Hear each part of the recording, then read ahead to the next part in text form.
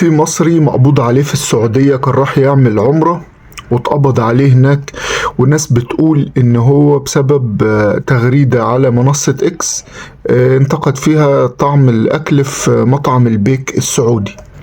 طبعا لما دورنا ايه الكلام ده، طبعا مش صحيح تماما. يعني مش معقولة الناس دي هتقبض عليه عشان قال الاكل هناك وحش ولا معجبوش اكل ولا بتاع. يعني الموضوع طلع غير كده خالص. ده اسمه باري.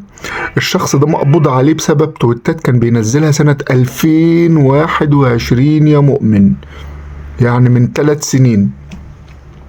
كان بينتقد فيها حكام السعودية، وتقريبا كان فيها كمان نوع من الإهانة والسب.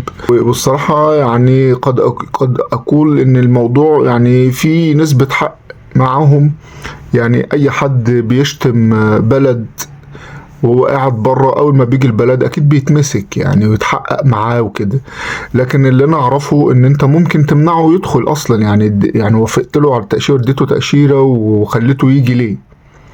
شخص غير مرغوب فيه بيشتم او بيسب، كان الافضل انك انت ما تخلوه، تمنعه من دخول البلد، مش تعملوا له كمين. هو كان راح يعمل عمره، واول ما دخل البلد خدوه من المطار على السجن عدل على المحاكمة، ولسه لحد الان محدش يعرف عنه حاجة.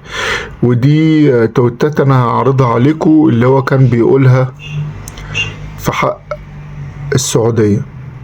لكن هو الموضوع ان انا اعرف يعني المفروض يعني هو رايح عمرة، رايح لبيت الله الحرام. المفروض لو هو شخص غير مرغوب فيه بسبب مواقفه مثلا او حاجة، ما تدلوش التأشيرة، امنعه من دخول البلد. يعني ده مفهوم. لكن مش تسيبه ويجي عشان تقبض عليه. ده موقف يعني مش كويس صراحة في حق الدولة السعودية. وللأسف مش عارفين هل الجهات في مصر، السفارة المصرية اتحركت بتتابع الموضوع في حاجة أو لأ. محدش، يعني الموضوع مبهم ومفيش أي تفاصيل كتير عنه غير إن الراجل ده اتمسك، والسوشيال ميديا على منصة اكس تحديدا مقلوب عليه هناك.